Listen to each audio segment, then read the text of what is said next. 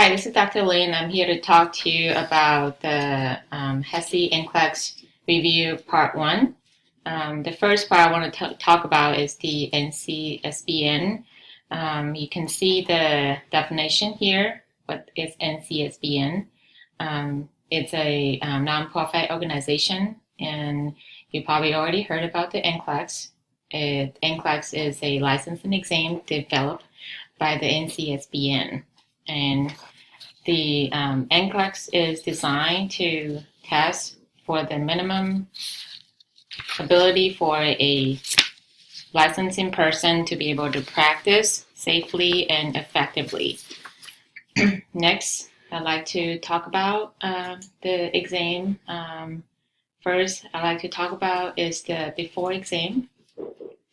So as you can see here, before the exam, you will need a ATT, which is the authorization to test, that you will get later on once you pass all the courses that's required, as well as the HESI exit exam.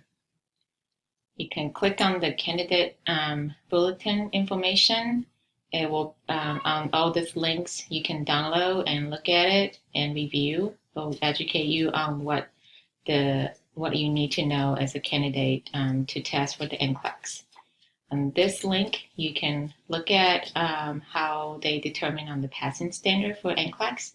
If you scroll down all the way, it's going to tell you what they mean by passing standard. Computerized adaptive testing, which is also named CAT.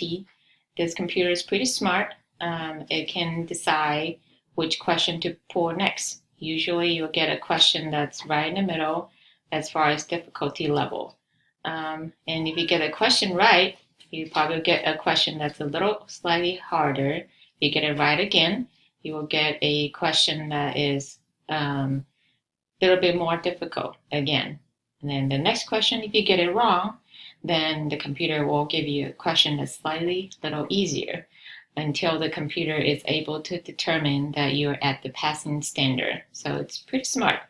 The minimum question is 75, maximum is 265 questions. And over here, you can see a lot of tutorial that you can look at. There's a video talk to you about the 95% competency interval rules, the maximum length exam rules, and then run out of time. I strongly encourage you to look at it so you can familiarize what those means. Next, I'd like to talk about the application and registration. So there's basically two steps. First step is to submit application, which is what you should remember to do now. And after that, there will be other information and paperwork you need to fill out. But the first step is to submit the application. We will have the student affairs staff come and talk to you about how to do that. So once you review all the information on the website, please write down your questions. If you any question that's not answered, they're very nice to and helpful in answering those questions as well.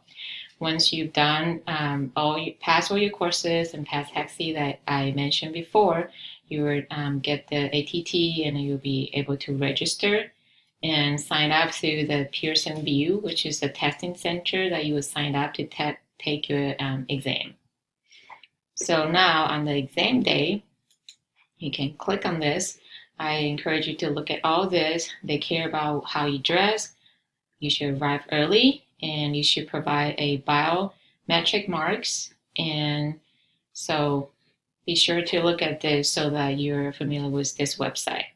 I will, and also this Accepto ID, it's very important. You need to know they need to match. Your name and your ID need to match. I will be posting some useful resources and website for you to look at as well on Canvas. So be on the lookout for that. This is the end of part 1, and I will be sending you more video like this for part 2 to part 5. Thank you for your attention.